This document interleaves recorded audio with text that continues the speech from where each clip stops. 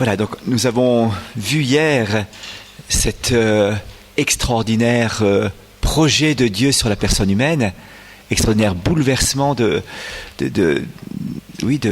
l'histoire de l'univers quand l'homme apparaît, quand l'homme est créé par Dieu à son image comme à sa ressemblance. Cette splendeur de l'homme.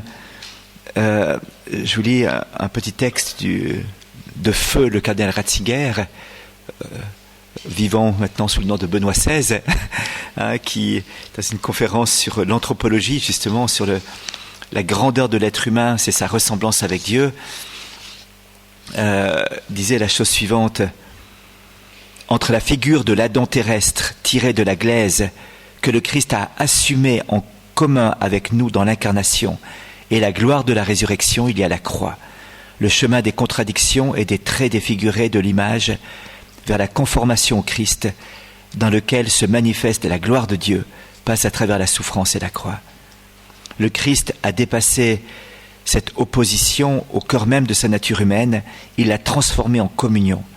L'obéissance de Jésus, sa mort à lui-même, est le véritable exode qui libère l'homme de sa déchéance intérieure en le conduisant vers l'unité de l'amour en Dieu.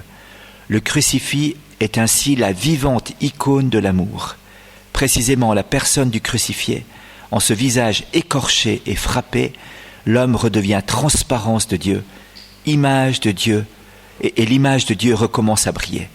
C'est ainsi que la lumière de Dieu repose sur les personnes souffrantes, dans lesquelles la splendeur de la création s'est extérieurement obscurcie. Elles sont d'une manière très particulière, semblables au Christ crucifié, à l'icône de l'amour. Elles présentent certains points communs avec celui qui seul est l'image même de Dieu. Nous pouvons leur attribuer la parole que Tertullien a formulée en la référant au Christ. Aussi misérable que puisse être son corps, ce sera toujours mon Christ. Voilà là, cette lumière de Jésus qui vient transfigurer les choses. Et c'est ce que nous allons voir maintenant. Il ne nous a pas abandonnés après cette chute originelle, après cette catastrophe originelle. Il y a eu, souvenez-vous, la solitude originelle, l'unité originelle, la nudité originelle. Tout ça a été le fruit de l'amour originel de Dieu. Et ensuite, il y a eu le péché originel. Mais le péché n'est pas premier. Voyez-vous, quand on parle du péché originel, il faut voir tout ce qui précède le péché originel. Et notamment l'amour originel de Dieu qui est à l'origine de tout ça. Et alors, on en arrive maintenant à la rédemption, à la manière dont Dieu va racheter, va ressaisir l'homme. Et là, voyez-vous, la rédemption, c'est le visage du Christ. C'est la personne de Jésus-Christ. C'est pas une idée, c'est pas une doctrine, c'est pas une théorie d'abord, c'est quelqu'un. Le christianisme, c'est quelqu'un, disait Jean-Paul II aux jeunes, dans son message, je crois que c'était à Toronto, à la Journée mondiale de la jeunesse. Le christianisme, c'est quelqu'un. C'est pas une idée, c'est pas une théorie, et c'est pas d'abord un dogme, c'est pas d'abord une morale, c'est quelqu'un. Et parce que c'est quelqu'un, alors ensuite il y a un dogme qui en découle, c'est-à-dire la connaissance en vérité de ce quelqu'un. Ensuite il y a une morale qui en découle, c'est la vie conforme à ce quelqu'un. Ensuite il y a une liturgie qui en découle, c'est la célébration de ce quelqu'un. Voyez-vous ? Mais tout cela est rattaché d'abord à la personne de Jésus-Christ. Et on cite souvent cette phrase, vous savez, de Malraux, qui disait « Le XXIe siècle sera religieux ou spirituel, dit-on, ne sera pas ». Vous avez entendu cette phrase qu'on a dit à plusieurs reprises. En fait, on ne sait pas très bien ce que Malraux a dit. On attribue beaucoup de choses à Malraux, mais nous ne sommes pas toujours très sûrs de l'authenticité de cette citation, si ce n'est que André Frossard, lui-même, dans un de ses articles, a dit « Moi, j'ai entendu Malraux dire ça. » Mais Malraux n'a pas dit « Le XXIe siècle sera spirituel ou sera religieux ». Il a dit « Le XXIe siècle sera mystique ou ne sera pas ».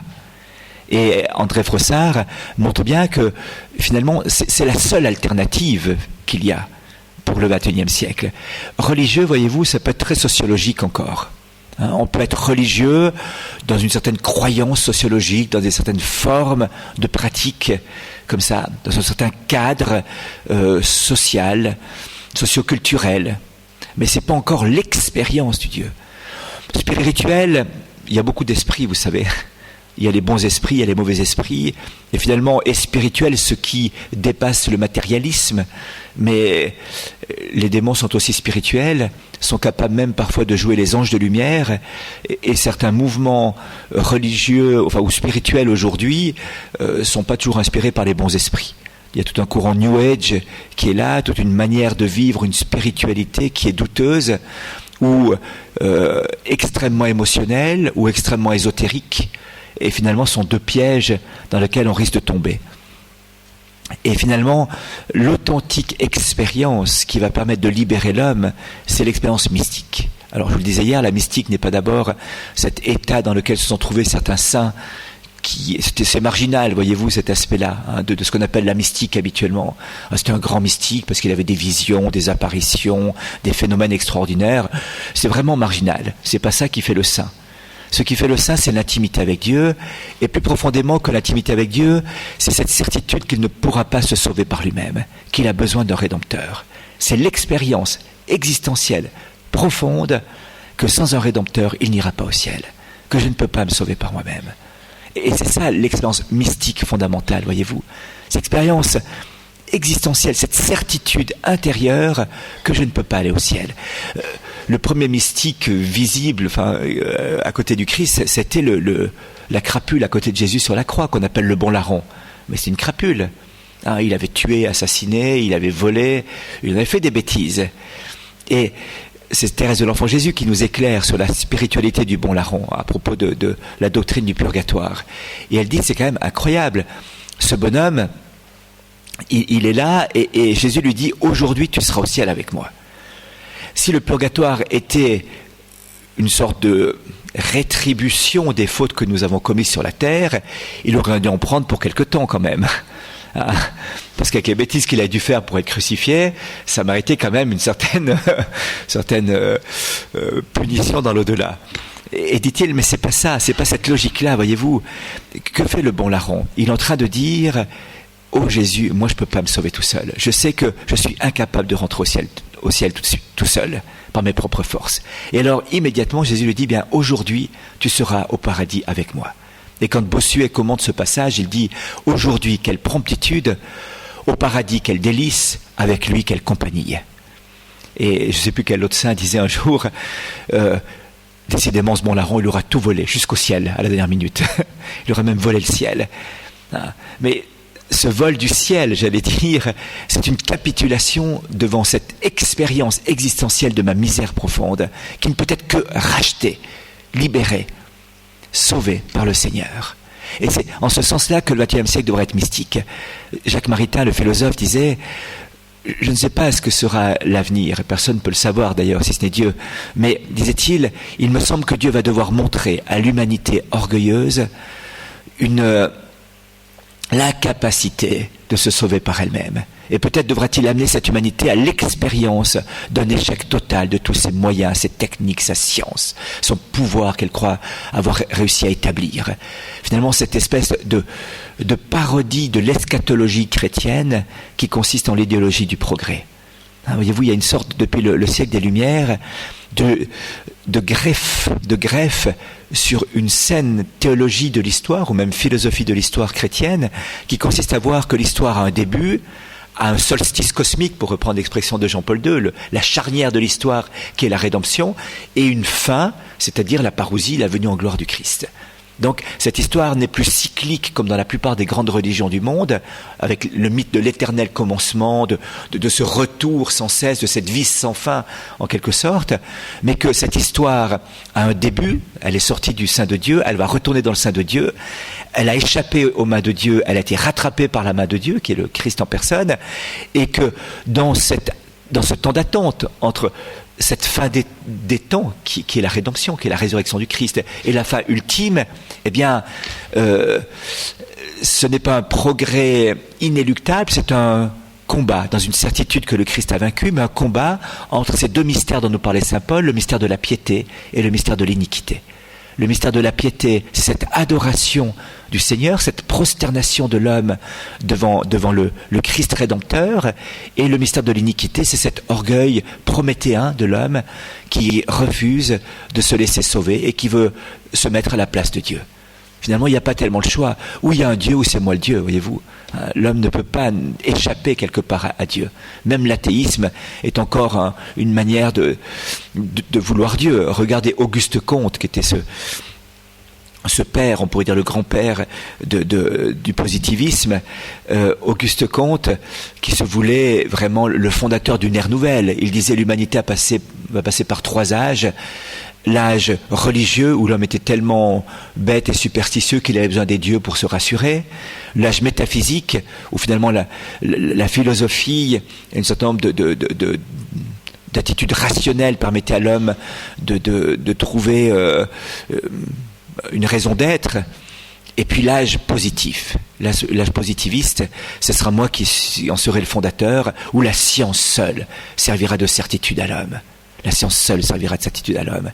Et alors, et c'était l'ère nouvelle. Il voulait être le père fondateur de cette nouvelle civilisation, nouvelle ère de l'humanité. Eh bien, cet homme, c'est là qu'on voit la cohérence et la soif du cœur de l'homme, voulait être le sauveur de l'humanité. Il tombe amoureux il choisit une prostituée qui était le mythe pour lui de l'humanité pécheresse et déchue. Il voulait sauver cette prostituée. Seulement l'existence s'est rappelée à eux et finalement il l'a poignardée à coups de fourchette, tellement il avait de la peine à vivre avec elle. C'était pas le même niveau culturel, vous imaginez, et même sensible et affectif. Donc il a été interné en hôpital psychiatrique. Il est sorti au bout de 6 ou 8 mois avec une mention NG sur son dossier, c'est-à-dire non guéri. On dira que la psychiatrie à cette époque n'était peut-être pas au niveau où elle est aujourd'hui, mais enfin, il y avait quand même une mention qui était là. Puis ensuite, il tombera amoureux d'une femme qui symbolisait pour lui l'idéal de l'humanité rachetée. C'était Clotilde Devaux, qui était une noble, une femme d'une grande culture et comme ça, mais là aussi la réciprocité des sentiments n'était pas là, et Clotilde Devaux mourra prématurément. Et depuis ce moment-là, Auguste Comte, qui voulait le père du rationalisme, eh bien, tombera dans une sorte de psychose.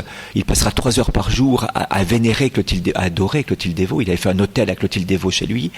Il faisait chaque mois un pèlerinage dans le restaurant. Ils sont allés une seule fois manger. C'était un pèlerinage solennel. Il relisait sans cesse le petit billet que Clotilde Devaux lui avait écrit. C'était un seul billet qu'il avait encadré, qui était en quelque sorte l'idole qu'il adorait. Et il décrit la manière dont il priait à Clotilde Devaux 3 heures par jour, à genoux, debout. Tout était un rituel liturgique qui était absolument inimaginable. Et il a fondé une nouvelle religion qui était la religion laïque, autour de sa dévotion à Clotilde Devaux et autour d'une sorte de dévotion au mythe de l'humanité, qui était une manière de crier la soif de son cœur d'un Dieu quelque part. Donc toute tentative que l'humanité a eue de chasser Dieu, eh bien, a été un retour de Dieu, mais par les moyens les plus archaïques parfois, ou les plus, subjectifs. Dès qu'on a nié l'objectivité de l'existence d'un Dieu, on est arrivé à une subjectivité de la création des dieux. Et finalement, on n'a pas abouti à grand-chose. Alors, cette expérience de l'humanité qui a besoin d'être sauvée. Et on pourrait dire, en reprenant saint Thomas d'Aquin, que finalement, il y a 2 grandes tentations et 2 grands péchés dans lesquels vit l'humanité d'aujourd'hui. C'est la présomption et c'est le désespoir. La présomption, ce désir de bâtir un monde sans Dieu, cet orgueil de vouloir bâtir un monde sans Dieu, de vouloir s'en sortir par nous-mêmes, de croire que le progrès porte inéluctablement en lui-même la réussite. C'était Emmanuel Kant qui disait ça, l'humanité sera toujours en progrès du bien vers le mieux. Et finalement, lui-même était à un moment donné sceptique de sa propre théorie en disant « Mais est-ce que cette théorie ne ressemblerait pas à un médecin qui est au chevet d'un malade incurable et qui lui dit « N'ayez crainte, cher monsieur, ça ira mieux demain, et le patient mourra un jour d'aller mieux. » Cette espèce de mensonge sur la vérité du véritable combat dans lequel nous trouvons. Le progrès des sciences, qui est un aspect extraordinaire, les technologies de communication qu'on a réussi à établir aujourd'hui, la médecine dans ce qu'elle peut soigner, guérir, il y a quelque chose d'émerveillant dans ce qu'on découvre aujourd'hui, et en même temps cela ne signifie pas un progrès moral. C'est-à-dire que cette capacité technique que l'homme a développée, qui comporte des aspects extraordinaires, doit s'accompagner d'un progrès moral qui n'est pas inéluctable ou qui n'appartient pas nécessairement à la nature de la science. La science peut développer le comment des choses, elle ne dit pas le pourquoi des choses. Ça, c'est la philosophie qui doit le dire. et la théologie. Et donc, on est dans une sorte d'excroissance de la capacité du comment, mais qui est en elle-même pas du tout condamnable, mais on est dans un déficit terrible du pourquoi, du sens des choses. Et ce déficit terrible du pourquoi et du sens des choses est la grande souffrance de l'humanité d'aujourd'hui. Alors, cette présomption de l'homme de croire que la question ne se traite qu'en comment, mais pas en pourquoi, est quelque chose qui provoque la souffrance de l'humanité. Et alors, elle s'accompagne, ce déficit du sens s'accompagne du désespoir. De l'autre côté, on voit une humanité désespérée. Je crois qu'en France, on consomme 150 millions de boîtes de psychotropes par année. 150 millions de boîtes de psychotropes par année. À Genève, il y a 500 000 consultations psychiatriques pour 400 000 habitants par année. Alors les gens disent, on a interrogé le psychiatre cantonal, le responsable de la santé au niveau psychiatrique, et il a dit, mais c'est un signe de grande maturité de la population. On voit que la population se prend en charge. Et alors le journaliste l'a interrogé en disant, mais comment se fait-il que dans le canton un peu plus loin, le canton du Valais, qui est un canton très catho, eh bien les proportions sont pratiquement 10 fois moindres. On dit, voyez-vous, les Valaisans ont encore des curés, qu'est-ce que vous voulez faire avec ces gens-là? Et malgré lui, il avait donné peut-être la bonne réponse à la question. Et il y a le prêtre et psychanalyste Tony Natrella qui avait écrit un livre très intéressant sur la société dépressive, non à la société dépressive, qui est une analyse assez lumineuse de cette humanité désespérée. Alors, d'un côté, vous avez la présomption, de l'autre côté, le désespoir, et saint Thomas d'Aquin nous dit que ce sont les deux péchés contre la vertu d'espérance. Et c'est intéressant parce que quand on analyse cela, il nous dit que le langage de l'espérance, eh bien, c'est la prière du Notre Père. C'est cette piété filiale, ce retour à Dieu dans l'esprit de l'enfant spirituel, qui n'est pas la pluralité. L'enfant spirituel n'est pas la démission de la pleine stature de notre maturité, mais elle est une attitude fondamentale, justement, de savoir que sans Dieu, je ne peux pas être. Que ma véritable dignité consiste à être en relation avec Dieu. Que la plénitude de mon humanité consiste à être relié à Dieu, d'être en intimité à Dieu, d'avoir ce cœur d'enfant qui se laisse enseigner par Dieu, qui se laisse instruire par Dieu, de savoir, comme disait Maurice Zindel, que je est un autre, que lorsque je dis je, la plénitude de mon je prend son sens dans l'autre qui est Dieu. Voyez-vous, que mon être, je le reçois d'un autre et qu'il ne s'accomplit que dans un autre qui est Dieu. Et que l'acquisition de la pleine stature de ma personnalité ne se fait que dans l'aboutissement de ma liberté en Dieu. Alors là, je découvre cet esprit d'enfance. Et voyez-vous, quand Jean-Paul II a proclamé Thérèse, docteur de l'Église, c'était pas pour toute la sympathie qu'elle a pu susciter dans le monde entier. C'était pas pour le côté convivial qu'a la petite Thérèse et qui suscite beaucoup de dévotion sur la terre. C'est son importance aussi. C'est pas puisque pour un doctorat, il faut quand même qu'il y ait une certaine reconnaissance publique et universelle de la qualité d'enseignement de la personne. Mais fondamentalement, c'est pour sa doctrine qu'on est docteur.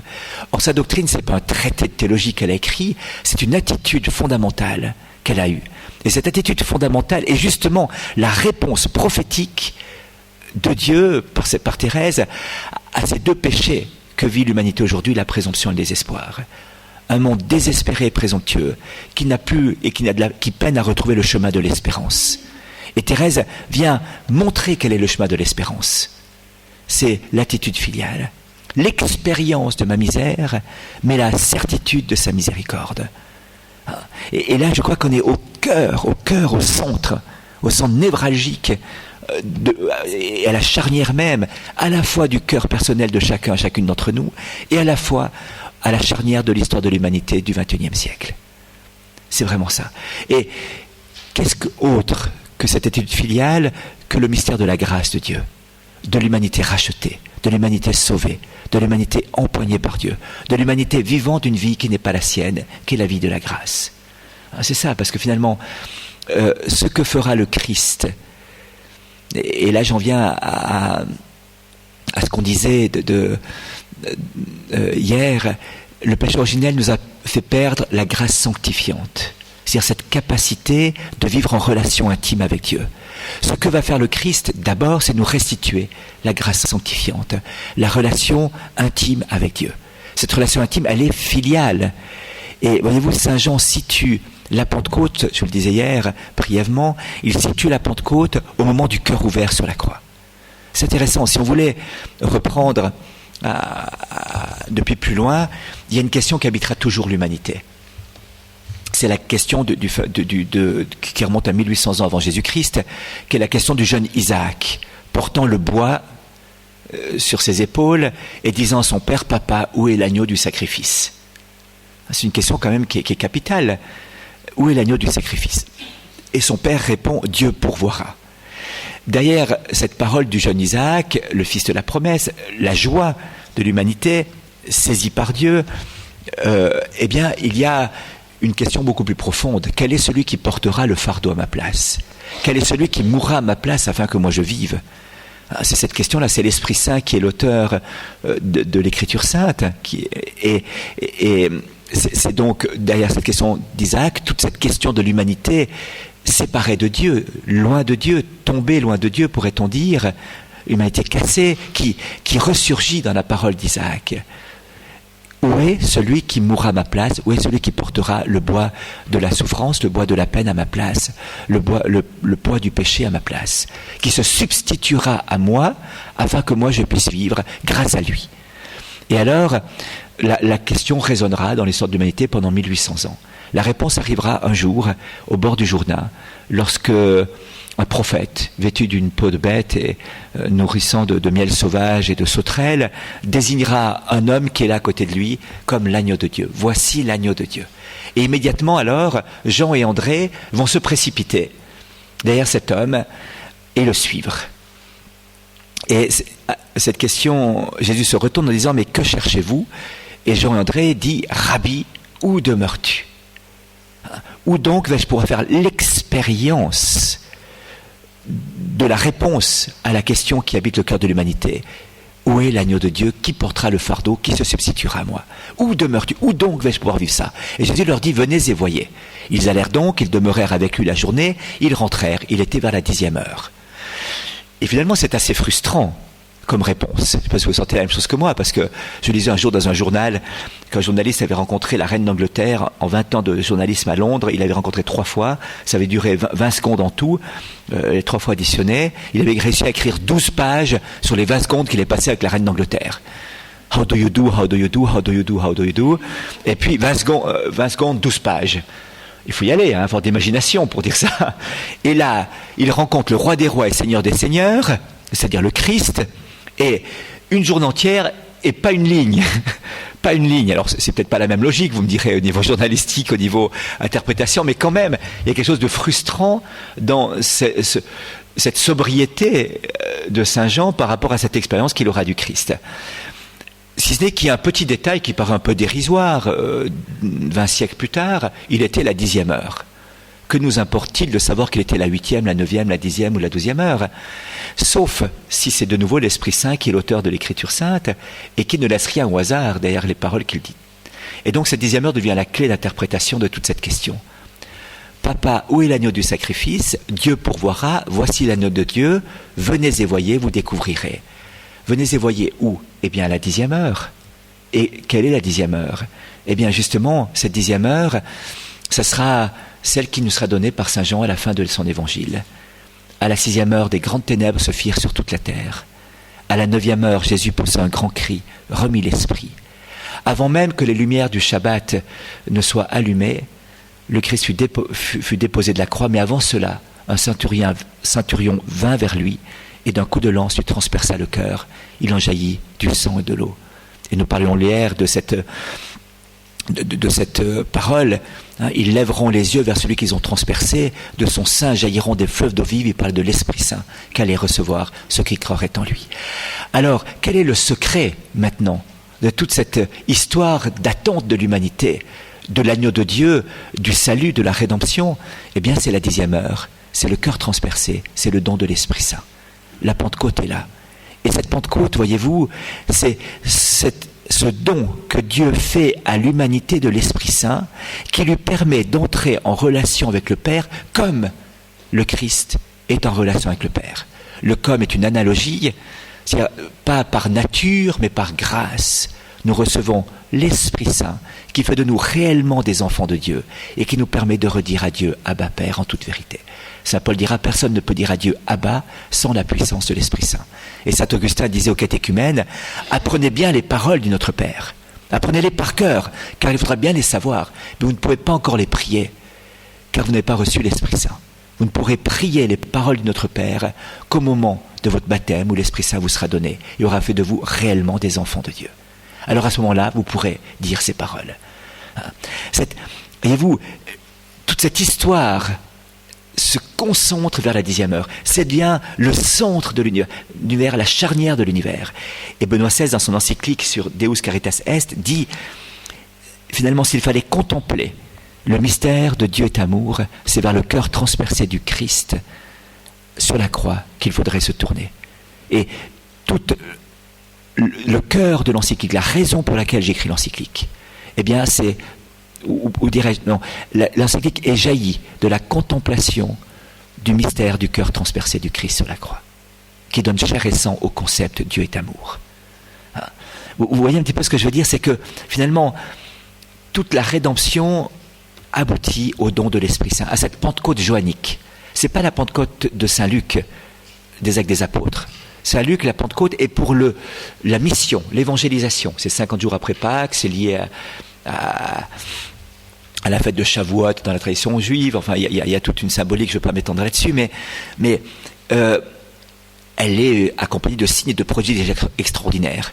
La Pentecôte joannique, elle est d'une discrétion bouleversante. Et voyez-vous, ce triomphe du cœur immaculé de Marie, qui avait été annoncé à Fatima, ce règne eucharistique du Christ, cette nouvelle Pentecôte dont a parlé le pape Jean XXIII ou Marthe Robin, toutes ces prophéties sur les temps que nous allons vivre, ou que nous vivons peut-être maintenant, finalement, ne doivent pas nous laisser dans la confusion spirituelle.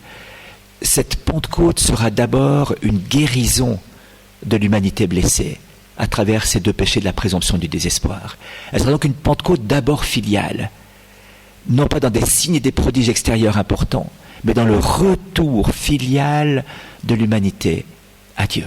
Et par l'homme, qui lui-même va au Père par le Christ, de l'univers tout entier. C'est cosmique comme mouvement.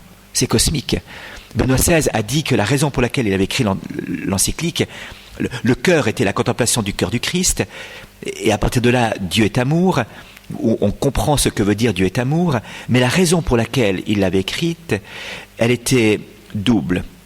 D'abord, l'expérience du galvaudage du mot amour, ce mot qui est central, dont on ne peut pas se passer, et en même temps de sa trahison historique, de sa trahison existentielle parmi les hommes, où l'amour possessif domine par rapport à l'amour oblatif. Mais l'autre raison, dit-il, c'est la lecture de la Divine Comédie de Dante, et notamment la troisième partie de la Divine Comédie de Dante, où, dit-il, il y a... Alors là, il faudrait lire ce passage, c'est le chant 33 de la Divine Comédie de Dante sur le paradis. Et il y a Marie qui est là, qui apparaît, cette femme qui triomphe. Et puis tout d'un coup, flash, c'est comme ça, on pourrait filmer cette partie-là, puisqu'il y a un travelling, un mouvement de la caméra sur la Trinité qui est là.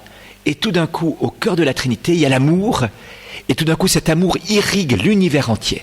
Tout l'univers est saisi de l'amour de Dieu. Tout, les arbres, les astres, le soleil, la lune, tout est saisi de l'amour de Dieu. C'est la fameuse récapitulation dans le Christ dont nous parle saint Paul.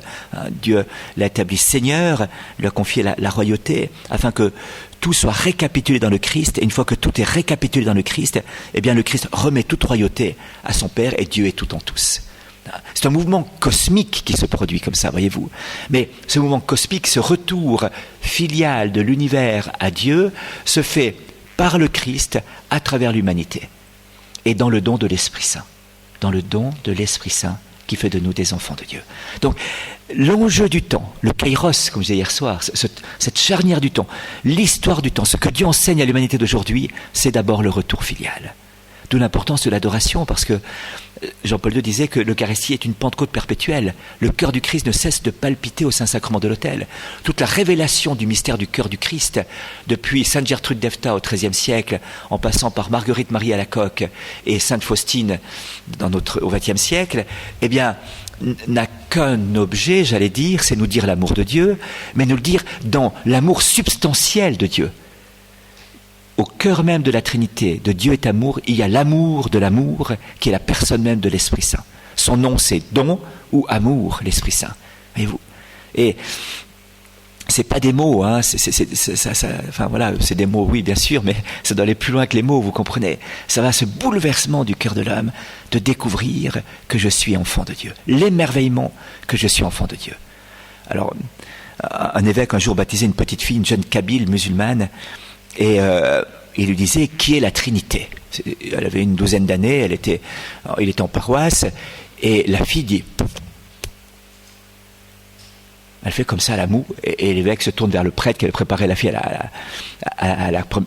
au baptême, avec un regard un petit peu de reproche en disant c'est pas très brillant votre préparation, parce que s'il y a une différence entre l'islam et le christianisme, c'est bien cette question de la Trinité. Il y en a d'autres encore, hein, mais les musulmans veulent bien croire en un Dieu unique, mais un Dieu trine pour eux c'est un polythéisme, parce que l'amour n'est pas là, voyez-vous. Un père de l'Église disait si Dieu est amour, la Trinité est une exigence. On ne peut pas s'aimer soi-même, j'entends dans un mouvement narcissique, nécessairement l'amour est oblatif, il est don et circulation. Et la Trinité est nécessaire et suffisante pour qu'il y ait circulation d'amour. Donc si Dieu est amour, la Trinité est une exigence. Alors l'évêque, devant la bouche bée de la fille, s'étonne, dit mais c'est qui Dieu pour toi, dit-il à la fille. Ah, Dieu, maintenant je l'appelle Allah, et après mon baptême je l'appellerai Papa. Ah, pourquoi, dit l'évêque? Parce qu'après mon baptême je serai kiff-kiff avec Jésus, et comme Jésus appelle son Dieu Papa, ben moi je pourrais aussi l'appeler Papa. Ah, dit l'évêque, pas mal. Et qu'est-ce qui va se passer à ton baptême? Ah, à mon baptême, je reçois l'Esprit Saint, l'Esprit de la famille des enfants du bon Dieu. Et je rentrais dans la grande famille des enfants de mon Dieu qu'est l'Église. Ah, dit l'évêque, alors c'est bon, on a le kiff-kiff avec Jésus, on a le Papa, on a l'Esprit Saint, on a les trois, c'est bon, on a la Trinité. Ah, mais elle avait compris, kiff-kiff avec Jésus. Nous sommes enfants de Dieu par adoption, par grâce. Nous recevons l'esprit des enfants de Dieu et nous rentrons dans cette logique-là. Et il y a un très beau témoignage de Tatiana Goritcheva, qui est une grande intellectuelle russe, qui était communiste, comme la plupart à l'époque, révolutionnaire, et elle raconte sa conversion. Elle dit, bon, elle voulait tout détruire, elle avait une sorte de nihilisme triomphant, voilà. Et puis en même temps un cœur insatisfait. Je ne trouvais pas la réponse dans le communisme, je ne trouvais pas la réponse dans mon enthousiasme pour l'Orient. Le yoga que j'ai pratiqué après la fin de mes études me fait découvrir le monde de l'absolu. Il a ouvert à mon regard intérieur la dimension verticale de l'existence. Il a détruit ma fierté intellectuelle sans toutefois me libérer de moi-même. Il ne m'a pas libéré de moi-même, le yoga. Je ne me nourrissais déjà plus de savoir, de culture et de réflexion, sachant que des forces inconnues énormes sont enfouies en l'homme. J'appris peu à peu à utiliser ces mystérieuses énergies que j'avais découvertes. Le yoga était agréable en ce qu'il professait l'énergétisme, c'est-à-dire un matérialisme sans la moindre fable. Il devint ainsi pour nous les non-croyants une sorte de petit pont entre le monde empirique et le monde transcendantal. Son côté scientifique nous arrangeait bien, puisqu'il nous permettait de devenir un surhomme de façon raisonnable et calculée, à l'aide d'exercices, en acquérant un savoir positif des dimensions astrales, psychiques et autres. Mais à quoi bon et pourquoi? Chacun avait sa propre réponse. Une tristesse sans borne m'envahit, des peurs obscures, froides, désespérées me torturaient. Je croyais perdre la raison, je n'avais plus envie de vivre. Combien de mes ex-camarades tombés victimes de ce vide effroyable se sont suicidés ou adonnés à la boisson? Combien sont enfermés dans des maisons de fous? Il semblait que nous n'avions plus d'espoir en la vie, nous les communistes révolutionnaires qui espérions en l'avenir radieux de l'humanité. Mais l'Esprit Saint souffle où il veut, et il crée la vie et il la ressuscite. Que devins-je par la suite? Ce fut une naissance d'en haut. Fatigué, ayant déjà presque perdu tout intérêt, je faisais mes exercices de yoga, les mantras. Les mantras, c'est ces paroles qu'on répète sans cesse comme ça. Tu comprends, jusqu'à ce moment-là, je n'avais jamais prié, je ne connaissais aucune prière. Et voici qu'un des manuels de yoga proposait de faire un exercice de mantra avec le Notre Père, la prière du Seigneur. Je me suis mis à la lire comme un mantra, sans expression, de manière automatique. L'ayant lu environ 6 fois, je fus soudain comme retourné. Ce ne fut pas ma raison idiote, mais tout mon être qui comprit qu'il existait, lui, le Dieu vivant, personnel, qui m'aimait et qui aime toute la création, le Dieu qui a créé ce monde et qui s'est fait homme par amour, le Dieu crucifié et ressuscité. En une seconde, le mystère du christianisme se révéla à moi, la vie véritable et ma place dans cette vie. J'étais réellement sauvé. Tout en moi changea, l'homme ancien mourut. Non seulement je rejetais tout ce qui avait eu de la valeur pour moi, mes idéaux, mais ce fut comme si mes anciennes habitudes et particularités de caractère m'avaient également abandonné. Finalement, mon cœur s'ouvrit lui aussi, et je me mis à aimer les gens, à comprendre leurs souffrances, le projet divin pour chacun d'entre eux, leur ressemblance avec Dieu. Et les premiers temps après ma conversion, tous les hommes me semblaient des habitants du ciel. Je me hâtais de faire du bien, de servir Dieu et les hommes. Quelle joie et quelle lumière intelligente je découvris en mon cœur. Même le monde extérieur, chaque caillou et chaque buisson était revêtu d'un rayonnement subtil. Dans chaque atome vibre la présentation au temple et Noël. Le monde est l'habit royal du Seigneur. Comment ne l'avais-je pas remarqué avant? Voici le récit du début de ma vie. Voici le récit du début de ma vie. C'est bouleversant cette expérience. Et l'expérience du Abba, Père, notre Père, voyez-vous. L'expérience cosmique en même temps, celle de Dante, celle de Benoît XVI, dans son encyclique sur Dieu est amour. Le cosmos tout entier va revenir filialement vers le Père. Parce que ce cosmos s'était éloigné de Dieu par l'homme, également par le péché. Et voilà qu'il retourne dans l'adoration filiale. L'adoration filiale, adoration, c'est mettre sa bouche sur une source pour en vivre. Dans adoration, il y a le mot latin os, oris, la bouche. Je pose ma bouche sur une source pour en vivre. Voilà ce que c'est que l'adoration. Je vis par transfusion de vie, perfusion de vie, en quelque sorte. Ma vie, en moi, elle vient d'un autre qui est Dieu et qui est plus intime à moi-même que moi-même.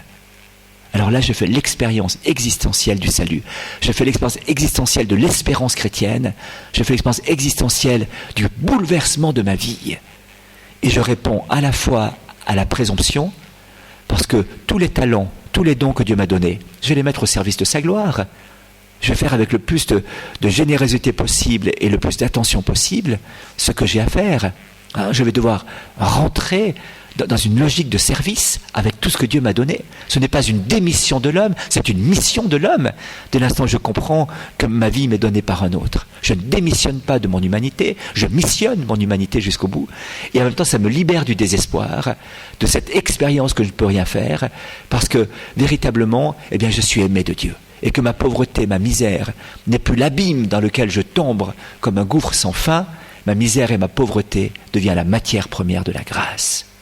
La matière première de la grâce devient le lieu même de l'expérience que je suis sauvé, que mon péché, mon incapacité à me sauver par moi-même, est le lieu même de mon espérance. Je peux attendre enfin un sauveur, un rédempteur. Un jour, avec un petit garçon, 4 ans, qui nous parlait de Jésus, c'était magnifique ce qu'il nous disait, puis on lui dit, tu aimerais être comme Jésus? Puis il disait, oh oui, mais pas comme ça alors. Il a compris que le cœur du christianisme c'était la croix, la rédemption, comme ça. Alors bien sûr, il y a le moi qui doit être crucifié pour que le toi, le moi de Dieu, le je de Dieu respire en nous, voyez-vous. Et cette expérience du Rédempteur, c'est Michel Delpech, vous savez, le chanteur, qui, dans un livre assez passionnant, L'homme qui avait bâti sa maison sur le sable, raconte l'histoire de sa conversion. Le titre est fantastique, ça répond vraiment à ce qu'il a vécu. Désespoir, dépression totale. La gloire, l'Olympia, les grandes salles, et puis le vide dans sa loge, le creux dans sa loge. Le cinéma sur la scène, et le vide total dans la solitude. 7 ans de dépression. 7 ans de dépression. Et il raconte qu'à un moment donné, il est pris d'une angoisse, une nuit, une angoisse qu'il n'arrive plus à porter, c'est impossible. Et il dit, j'ai posé un acte exorciste. Je me suis levé, je me suis précipité sur une feuille blanche, j'ai tracé une grande croix sur la feuille blanche et je l'ai épinglée contre le mur. C'était le dernier acte d'espérance que je pouvais poser au cœur de ce désespoir. Et il dit, cette croix a été pour moi, vieux souvenir d'enfance, cette croix était pour moi ce à quoi je me rattachais. Et un jour, sa compagne Geneviève lui dit, mais partons à Jérusalem. Je ne sais pas pourquoi il voulait là-bas, il ne sait pas ce qu'il allait faire là-bas, mais il est allé, bêtement, au cœur de sa dépression. Et il arrive là-bas et il dit bêtement, comme tout le monde. Je suis arrivé au Saint-Sépulcre, bêtement, comme tout le monde, j'ai mis ma main dans le trou où l'histoire nous dit que la croix du Christ était plantée. Et tout d'un coup, une parole résonne dans mon cœur. Est-ce que, voilà jusqu'où je t'ai aimé.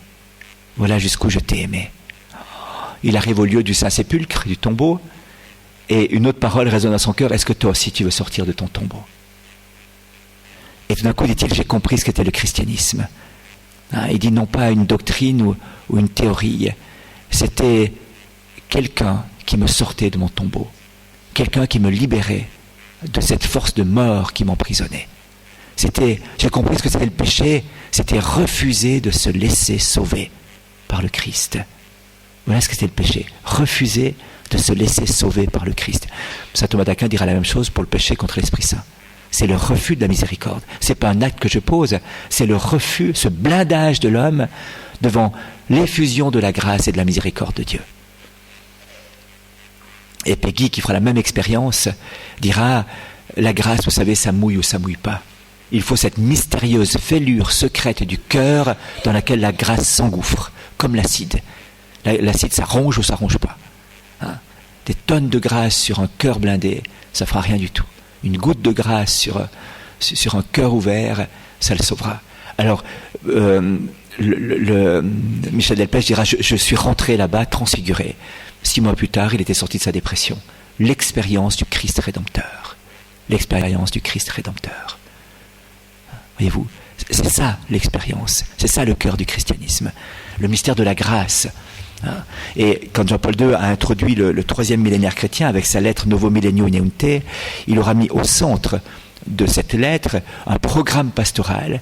Et parmi ce programme pastoral, il aura dit, ce sera la sainteté qui est le programme pastoral, et le sainteté exige d'affirmer le primat de la grâce. Le primat de la grâce et la vie divine déployée dans la faiblesse de l'homme. Ce primat de la grâce. La grâce suppose la nature, ne supprime pas la nature, ne détourne pas la nature. La grâce restaure la nature et la conduit à un degré supérieur auquel la nature par elle-même n'a pas accès. C'est-à-dire la vie divine, la filiation divine. Eh bien, c'est ça l'enjeu de notre temps, frères et sœurs, vous voyez, c'est ça l'enjeu. Le tournant de notre époque, la charnière de notre époque. Et donc, dans notre vie spirituelle, dans notre évangélisation, il faut donner à l'humanité ce goût de Dieu comme rédempteur, comme sauveur. Le XXe siècle sera mystique ou ne sera pas. Alors qu'est-ce que ça veut dire ne sera pas? Certains ont dit ça va être la catastrophe, d'autres ont dit il ne sera pas différent des autres siècles. On ne sait pas très bien quelle exégèse avoir, quelle interprétation avoir de ce texte de Malraux, mais il y avait quelque chose qui était là. Et vous savez, Malraux c'était un drame pour lui quand même, la foi. À un moment donné, il a perdu ses 2 enfants tragiquement. Et le père Moquel, je crois que c'est lui, un dominicain qui avait été avec lui dans le maquis, dans la résistance, lui dit, André, allons, venez, on va à Jérusalem, on va prier là-bas. Et Malraux dit, ah non, ça jamais. Je ne vais pas aller à Bénarès, vous savez, le lieu sacré des hindous, je ne vais pas aller à la Mecque, mais pas à Jérusalem. On ne peut pas aller à Jérusalem autrement qu'en pèlerinage. On ne peut pas aller en vacances à Jérusalem. Et quand on va en pèlerinage à Jérusalem, on ne peut pas ne pas aller au Golgotha ou à Gethsémani. Et là, on ne peut pas ne pas s'agenouiller. Et moi, je ne suis pas prêt à m'agenouiller. Fou, hein? Je ne suis pas prêt à m'agenouiller. Voilà. Donc, je ne peux pas venir à Jérusalem. Je ne pourrais pas ne pas aller à Gethsémani et au Golgotha. Et là, la seule attitude de l'homme en ces lieux-là, c'est de s'agenouiller. On ne peut pas faire autre chose devant un Dieu qui a souffert pour nous. S'agenouiller. Et ça sera l'expérience de nombreux saints, vous savez, ou de grands témoins de Dieu. Quand Simone Weil, la philosophe, pas l'autre, arrive à les Juives. Elle mourra en 1943, sa famille sera décimée dans les camps de concentration, et elle arrive à Assise. Et à Assise, elle dit, une force plus forte que moi m'a obligé à m'agenouiller dans la basilique d'Assise. C'est la première fois de ma vie que je posais cet acte, me mettre à genoux. Quand une dame comme Etty Hillesum, cette juive aussi, qui était aussi très proche du christianisme, elle avait rencontré le Christ, arrive au camp de concentration d'Auschwitz et qu'elle se trouve dans cette antichambre des fameuses douches nues. Elle a réussi à écrire un petit billet et à le donner. On l'a retrouvé, ce billet. Elle a dit durant cette nuit, dans cette salle d'attente de ce lieu d'extermination, j'ai posé le dernier acte d'humanité que l'homme puisse poser, qui proclame la grandeur de l'homme, c'est de m'agenouiller sur le carrelage froid de cette salle de mort. M'agenouiller sur le carrelage froid de cette salle de mort. Se mettre à genoux. Cet agenouillement de l'homme n'est grand qu'à genoux. Ce bel agenouillement droit dont parlait Peggy. Alors, on peut peut-être pas le faire physiquement, mais l'agenouillement du cœur.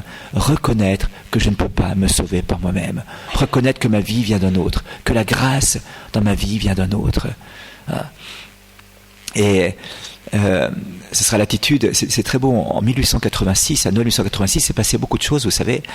D'abord la conversion de Thérèse, l'expérience de la grâce, justement. C'était ça. Ce que Dieu n'avait pas fait en 13 ans, en un éclair, il venait de le faire. J'ai senti la charité rentrer dans mon cœur, le besoin de m'oublier pour faire plaisir. Et depuis lors, je fus heureuse.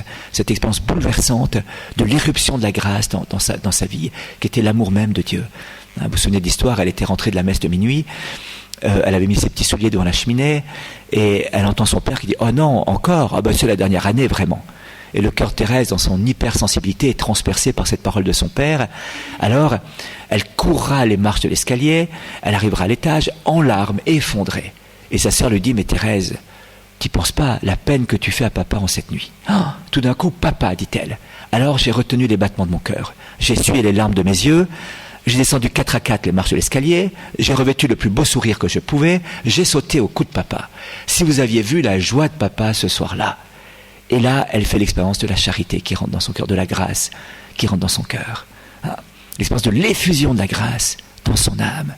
J'ai senti en un instant la charité rentrer dans mon cœur, le besoin de m'oublier pour faire plaisir, le désir de travailler au salut des âmes, et depuis lors, je fus heureuse. Cet arrachement à soi, cette délivrance du moi, cette expérience que disait Tatiana Koritcheva, j'avais découvert la transcendance, j'avais découvert l'énergie, j'avais découvert quelque chose d'autre que le matérialisme à travers le yoga, mais rien qui m'arrachait à moi-même. Rien qui m'arrachait à moi-même. La grâce seule est capable de me délivrer de moi-même, de la prison du moi. La grâce seule est capable de mettre mon centre de gravité en un autre qui est le cœur du Christ. Thérèse avait attribué cette grâce à la communion de minuit qu'elle avait fait à l'Eucharistie. Elle rattachait cette grâce à l'effusion de l'Esprit Saint, de l'Esprit d'amour qu'elle avait reçu à la messe de minuit. Ce même jour, 25 décembre 1886, Paul Claudel, à Notre-Dame de Yves, j'étais rentré désespéré, essayant de découvrir dans les chants chrétiens quelque inspiration, comme je commençais à me mettre à écrire. Je voulais voir dans ces chants chrétiens quelque inspiration qui pourrait peut-être éventuellement me donner quelques idées pour écrire. J'étais rentré bêtement et j'avais assisté à la messe, mollement, m'embêtant au fond de l'église. Et puis tout d'un coup, les vêpres suivaient la messe, alors je suis resté. Et tout d'un coup, là, devant le pilier, devant l'antique statue de la Vierge, en face de la sacristie, c'était fait. J'étais aimé de Dieu. Cette effusion de la grâce, cette expérience existentielle du Christ, c'était au chant du Magnificat, je l'ai appris plus tard, dit-il. Venez, et dit-il, il y avait le chant de l'Adesté qui était chanté après, Venite adoremus, venez adorons, venez prosternons-nous, venez agenouillons-nous, prosternons-nous. 25 décembre 1886, dans un autre pays, l'Allemagne, Nietzsche écrit à Wagner, quoi, toi aussi tu t'es agenouillé?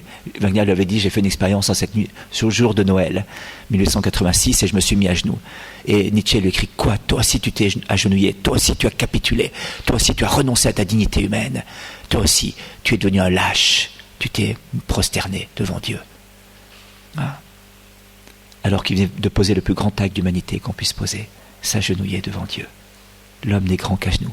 Voilà l'expérience centrale, frères et sœurs, depuis le péché originel, l'expérience que nous pouvons faire et qui nous remet debout. L'homme debout, l'homme vivant, la gloire de Dieu, l'homme remis debout est un homme qui s'est agenouillé et qui a reçu sa vie d'un autre, dans la grâce de Dieu. Alors voilà le tournant, la charnière de l'histoire de l'humanité et la charnière de notre histoire personnelle, l'expérience de la grâce. Alors, j'aimerais l'approfondir un petit peu, non plus à partir de saint Thomas d'Aquin, comme j'ai fait hier pour exprimer ce mystère de l'homme créé dans la ressemblance et l'image divine et dans la splendeur de ses dons surnaturels et préternaturels, et ensuite dans ce qu'ont été les conséquences du péché, mais à partir de saint Augustin, de la liberté que va nous donner cette expérience de Dieu, de la liberté dans laquelle l'homme va être introduit grâce à la grâce. Cette expérience bouleversante qui sera celle-là même existentielle de saint Augustin dans sa propre vie, hein, eh bien, quelle va être? Saint Augustin relève 6 formes de liberté qui nous sont restituées par la grâce de Dieu, par l'expérience de Dieu, par cette vie nouvelle dans l'Esprit Saint. Alors dit-il, eh bien, la première liberté, enfin, l'ordre n'est peut-être pas l'ordre le plus... voilà, on le prendra comme ça, la liberté vis-à-vis de l'erreur. L'homme est libéré de l'erreur. Je disais qu'une des conséquences du péché originel était l'enténèbrement de l'intelligence humaine. Non pas la perte de la finalité, non pas la perte de l'aspiration de l'homme à la vérité, au vrai, au bien, au bonheur, mais la difficulté qu'il y avait à discerner ce qui était vrai et bien, et à le vouloir. Donc une double faiblesse dans l'intelligence quant à la lumière, dans la volonté quant à la force pour y persévérer. Et donc la première grâce, la première liberté que va nous donner la foi, c'est le don de la foi, qui est le fruit de la grâce de Dieu, eh bien c'est la liberté vis-à-vis de l'erreur. Finalement, l'homme est pris dans l'erreur, dans l'errement, prenant pour vrai ou pour bien ce qui ne l'est pas toujours, ne voyant que le bien partiel qui risque de s'opposer au bien total, finalement ne sachant pas qui très bien est Dieu. Vous savez, quand Jésus guérit l'aveugle, cet aveugle voit des hommes comme des arbres qui marchent. Il est bien guéri de cette manière d'une cécité, mais il reste quand même une difficulté à voir en vérité, en justesse, ce qui se passe à l'extérieur de lui. Eh bien, la foi va venir de donner cette lumière de la vérité pour nous rendre libres. La foi va venir, elle a une double dimension, c'est d'abord un don de Dieu, une révélation. Dieu se révèle. Je ne peux pas connaître le mystère insondable de Dieu grâce à ma raison. Je peux connaître grâce à ma raison le fait que Dieu existe, oui. Et ça, c'est fondamental de tenir fermement que la raison peut poser le fait que Dieu existe, que Dieu est un, qu'il a un ensemble d'attributs. Ce serait catastrophique de renier à cela, de renoncer à cela dans la foi chrétienne, et de dire que la foi n'est qu'une expérience subjective. C'est ce qu'essaye de nous faire croire la modernité, nous faire croire que la foi est une expérience subjective. On est tombé dedans quand on était petit comme Obélix, on n'est pas tombé dedans, on l'a reçu comme un choc, on ne l'a pas reçu, mais rien dans la nature humaine prédispose à faire un acte de foi. Or, c'est faux. Il n'y a pas de plus grand acte de raison que l'acte de foi, disait Pascal. Il n'y a pas de plus grand acte de raison que ce désaveu de la raison en quoi consiste l'acte de foi. C'est-à-dire que la foi se greffe justement sur la raison humaine. Mais parce que la raison humaine est déjà ouverte par en haut à cette connaissance de Dieu, qu'elle peut déjà dire que Dieu existe, et qu'elle va donc dire dans une dernière capitulation, mais qui est ce Dieu qui existe ? Et ayant découvert un certain nombre d'éléments de ce Dieu qui existe, elle va pouvoir enfin accueillir la révélation que Dieu fait de lui-même à l'homme. Mais il est tout à fait raisonnable de croire, contrairement à ce qu'on pense, souvent, et ce que la modernité veut nous faire croire. Il est raisonnable de croire. Il est raisonnable à la raison de capituler devant ce qui la dépasse, mais ce qui ne la contredit pas. La foi ne contredit pas la raison, elle la dépasse infiniment. C'est autre chose. Et l'homme est un être de raison qui doit véritablement utiliser sa raison. Ce serait un désaveu de notre humanité que de voir dans la foi une superstition, ou de vouloir voir dans la foi qu'un acte subjectif, personnel. Non, la foi est quelque chose de très objectif. Très objectif. Et cette objectivité de la foi est dans la révélation que j'accueille, dans ma subjectivité, bien sûr. La foi m'est donnée à travers une parole de Dieu que l'Église annonce et propage, dans la certitude de la vérité, du charisme de certitude que Dieu a donné à Pierre. Et en même temps, eh bien, je la fais mienne. Elle vient éclairer ma raison, dans l'ordre de la nature et dans l'ordre de la surnature. Elle vient éclairer ma raison dans l'ordre de la nature, parce que c'est vrai que je suis bien fait pour la vérité, mais cette vérité étant obscurcie, la lumière de la foi viendra me donner des lumières particulières. C'était Saint Anselme de Canterbury qui disait « Je crois pour comprendre ». Et je comprends pour croire. Il y a ce double mouvement qui est là. C'est toute l'encyclique de Jean-Paul II, « Fides et ratio », la foi et la raison. Ma raison a besoin d'être éclairée et perfectionnée par la foi. Et donc, je vais être libéré de l'erreur. Libéré de l'erreur grâce à une révélation qui me fait accéder à une certitude. La foi n'est pas un doute. On avait lu à un moment donné dans les années 70 des théologiens qui disaient « je doute donc je crois ».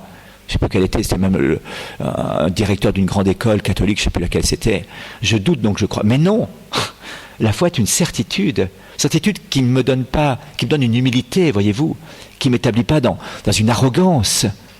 Une certitude qui me rend humble, parce qu'elle ne vient pas de moi, cette certitude. Je l'ai reçue d'un autre. Mais la foi est une certitude. C'était Pierre Goursat, le fondateur de l'Emmanuel, qui un jour recevait une personne qui faisait part de tous ses doutes par rapport à la foi, par rapport à Dieu et tout ça. Et Pierre Goursat, qui est un homme très terre-à-terre et très concret, on donnait tape le poing sur la table, il dit « non, ça suffit. Tu arrêtes de croire en tes doutes et de douter de ta foi. Tu vas commencer par croire en ta foi et de douter de tes doutes. » Vous savez qu'on met beaucoup de foi dans nos doutes et beaucoup de doutes dans notre foi, et qu'il faudrait mieux croire en notre foi et douter de nos doutes. Ce serait beaucoup plus épanouissant pour le cœur de l'homme et pour l'intelligence humaine, de croire en notre foi et de douter de nos doutes. Voyez-vous, plutôt que de douter de notre foi et de croire en nos doutes. Voilà, donc la première liberté va nous donner la grâce de Dieu, la vie de Dieu, le Christ. Eh bien, c'est cette lumière de la vérité, cette foi, qui va nécessiter d'autre part une adhésion à une vérité révélée et qui va vraiment nous rendre libres. Notre liberté consiste à être sujet de la vérité. Et la vérité vous rendra libre, dit le Christ en Saint Jean. La vérité vous rendra libre. C'est extraordinaire cette parole. La vérité vous rendra libre. Il y a l'esclavage du mensonge, l'esclavage de l'erreur, mais la vérité nous rend libres. Et donc la foi est il y a une liberté qui nous est donnée vis-à-vis de l'erreur grâce à la foi. Cette adhésion de l'homme à une révélation. Mais tenons bien le fait que la foi ne contredit pas la raison. C'est peut-être la chose oui, la plus tragique aujourd'hui, vraiment la plus tragique, de nous faire croire que la foi contredit la raison. Voilà. La deuxième chose qui nous est donnée, c'est la liberté vis-à-vis du péché, la libération du péché. Non pas de l'infirmité ou de la blessure qui reste, mais ce péché originel, c'est la justification. La justification, c'est un mot peut-être un peu compliqué. Saint Augustin disait que la justification est une œuvre encore bien plus grande que la création de l'univers. Justifier une seule âme, c'est-à-dire mettre une âme au diapason du cœur de Dieu, c'est ça la justification. La justice, dans la tradition biblique, c'est comme si on accordait un instrument. On accorde le cœur de l'homme au cœur de Dieu. Et cette justification, cet accord du cœur de l'homme au cœur de Dieu est un fruit de la grâce. L'homme ne peut pas s'accorder par lui-même, il a besoin que Dieu le fasse. La justification est donc l'œuvre la plus excellente de l'amour de Dieu, manifestée dans le Christ Jésus. La justification de l'impie est une œuvre plus grande que la création du ciel et de la terre. Et alors, qu'est-ce que cette justification ? Eh bien, c'est cette adoption filiale en quelque sorte. Ce retour de l'humanité à Dieu. Cette œuvre de la justification est une œuvre gratuite de Dieu. L'homme ne peut pas se justifier par lui-même.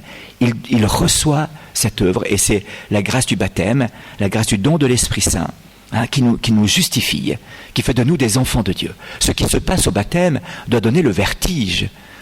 Au baptême, qu'est-ce qu'on voit ? des paroles, un peu d'eau versée sur la tête d'un enfant. Je te baptise au nom du Père et du Fils et du Saint-Esprit. Peut-être que l'enfant pleure qu'il ne pleure pas. Extérieurement, on n'a pas vu grand-chose. Intérieurement, il s'est passé un miracle bouleversant. Cette âme devient le temple de la Trinité.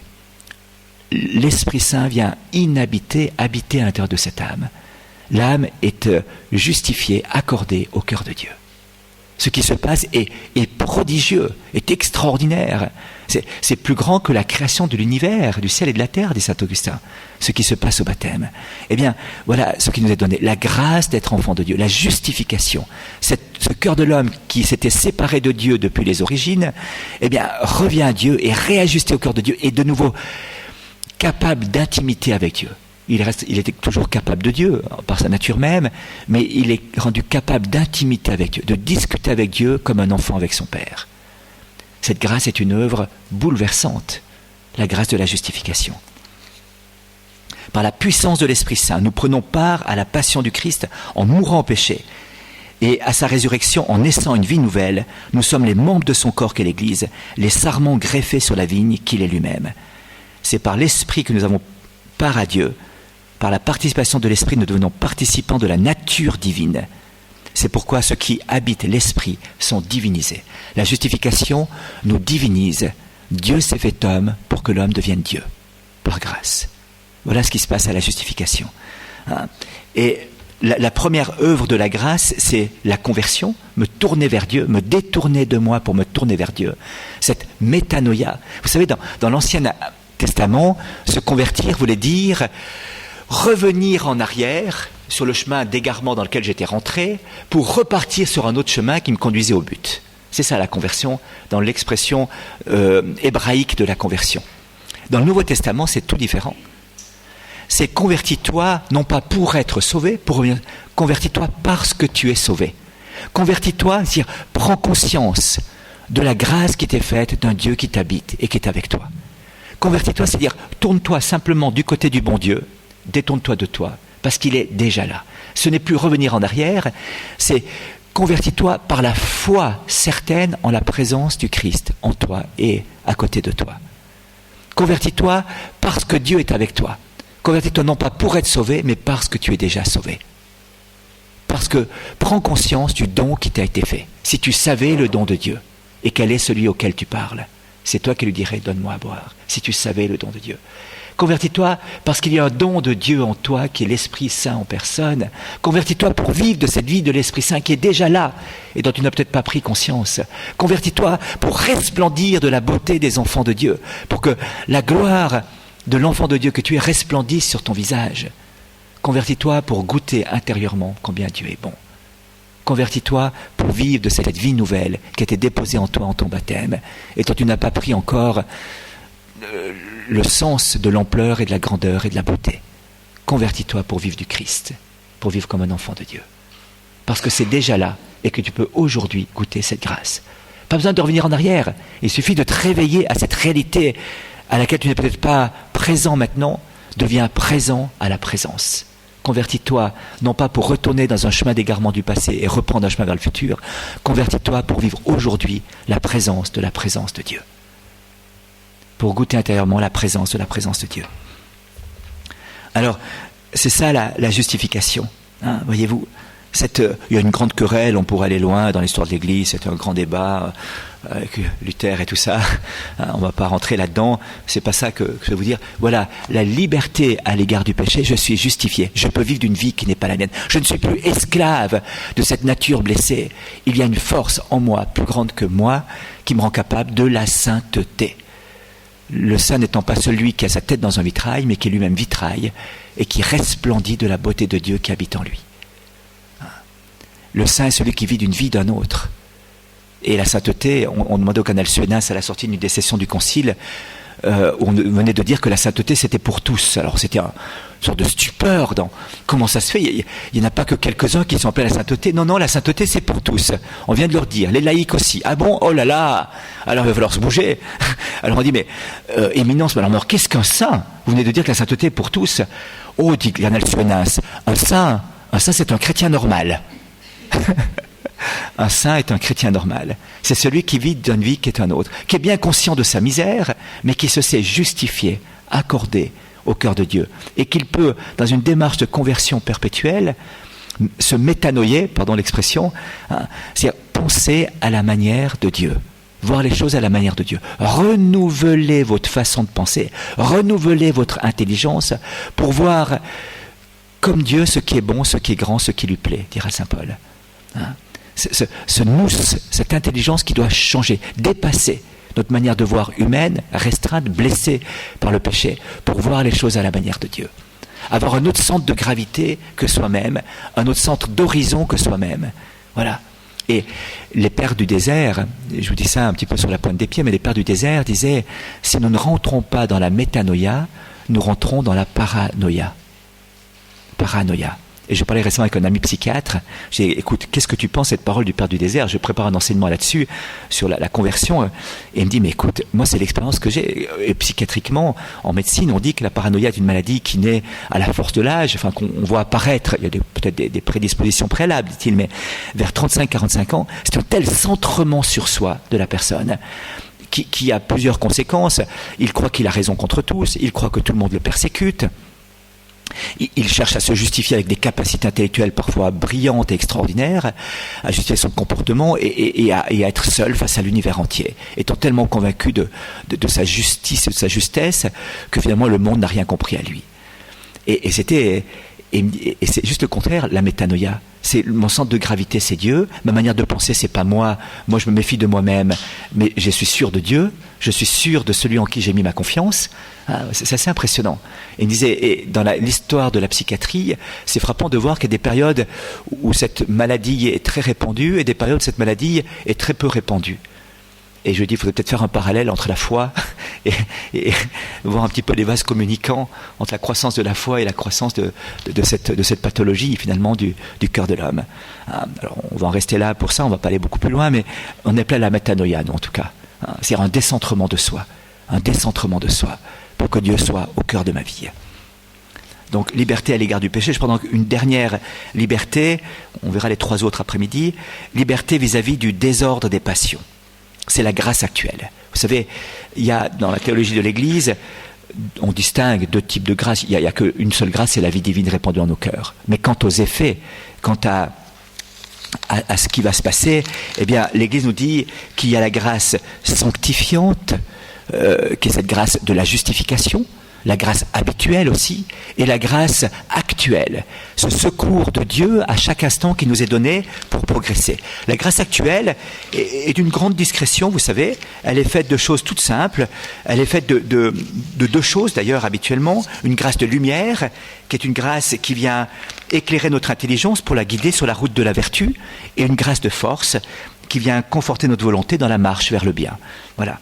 Cette grâce actuelle nous est communiquée de différentes manières, par des éducateurs, par des enseignements, par des prières, par des lectures, par des rencontres, par des épreuves de la vie, par des lumières directes de l'Esprit Saint dans notre cœur, dans notre intelligence, comme ça. On voit que la grâce passe, cette grâce actuelle parce que c'est aujourd'hui, maintenant que j'en ai besoin pour vivre, cette grâce qui ne fait jamais défaut, qui fait que Dieu ne permettra jamais une épreuve au-dessus de nos forces, mais qu'à toute épreuve, il donnera une grâce supplémentaire pour la porter. Ce secours permanent de Dieu dans mon agir quotidien, pour vivre ma vie quotidienne, l'ordinaire de ma vie quotidienne de manière extraordinaire, comme disait Thérèse de l'Enfant Jésus.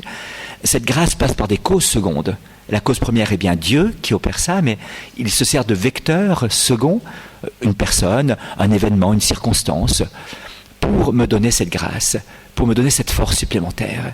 Et c'est ça l'essentiel de la vie chrétienne. Le chrétien est celui qui prend conscience qu'il est justifié, donc il peut entrer dans une intimité avec Dieu, mais qui vit ensuite, quotidiennement, constamment, de cette vie nouvelle qui est répandue dans son cœur, de ce secours permanent de Dieu, qui lorsqu'il voit une épreuve ne dit pas c'est impossible, mais qui dit Dieu permet cela, et Dieu va rendre possible l'impossible à cause de sa grâce. À moi c'est impossible, mais à Dieu rien n'est impossible. Car hors de lui je ne peux rien faire, absolument rien. Si, disait le Canal Journée, je peux faire quelque chose hors de lui, je peux faire le rien, je peux néanter les choses, mais rien de bien. Et cette grâce est l'expérience profonde du chrétien. Il y a 2 hérésies par rapport à cette grâce. la première, c'est Luther, de dire que l'homme est tellement corrompu qu'il ne peut rien faire par lui-même, ce qui est le refus de la collaboration de l'homme à la grâce, puisque dans cette grâce actuelle, l'homme collabore à ce don de Dieu. Et c'est une confusion entre la grâce sanctifiante, la grâce de justification et la grâce actuelle, en quelque sorte. Et puis c'est Pélage. Pélage, qui est un moine contemporain de Saint-Augustin, et qui disait, finalement, une fois qu'on a reçu la grâce sanctifiante, la grâce première, on n'a plus rien besoin.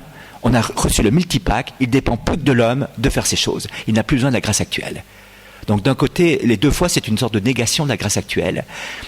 Le canal Journée expliquait ça par une petite théorie toute simple, une petite image. Il disait, Luther, c'est la théorie du petit chat, et Pélage, c'est la théorie du petit singe.